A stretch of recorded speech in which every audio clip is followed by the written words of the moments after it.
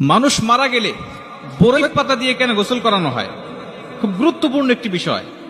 পৃথিবীর জমিনে এত গাছ আছে, অনেক গাছ আছে, ঔষধি গুণাগুণ সম্পন্ন গাছের পাতা, গাছের ছাল, গাছের শিকড় রয়েছে। সেগুলো বাদ দিয়ে মুসলমানরা কেন মানুষ মারা গেলে বরই পাতা দিয়ে গোসল করায়? এটা নিয়ে ফ্রান্সের একদল বিখ্যাত বিজ্ঞানীরা ওনারা গবেষণা করলেন।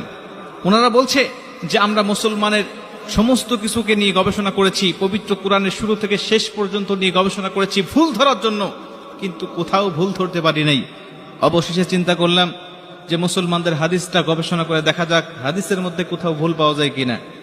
কিন্তু কি আশ্চর্যজনক কথা, আমরা মুসলমানদের এই হাদিসগুলো গবেষণা করে তাকিয়ে দেখি যে আজকের থেকে 1450 বছর আগে একটা মানুষ মরুভূমির প্রান্তরে জন্ম নিয়ে, যার ছিল না আমাদের মতো MBBS, FCPS, FRCS এর ডিগ্রি, যার ছিল না কোনো আধুনিক তথ্য প্রযুক্তি, সায়েন্স ল্যাবরেটরি, কোন রকম আধুনিকতার ছোঁয়া যে যুগে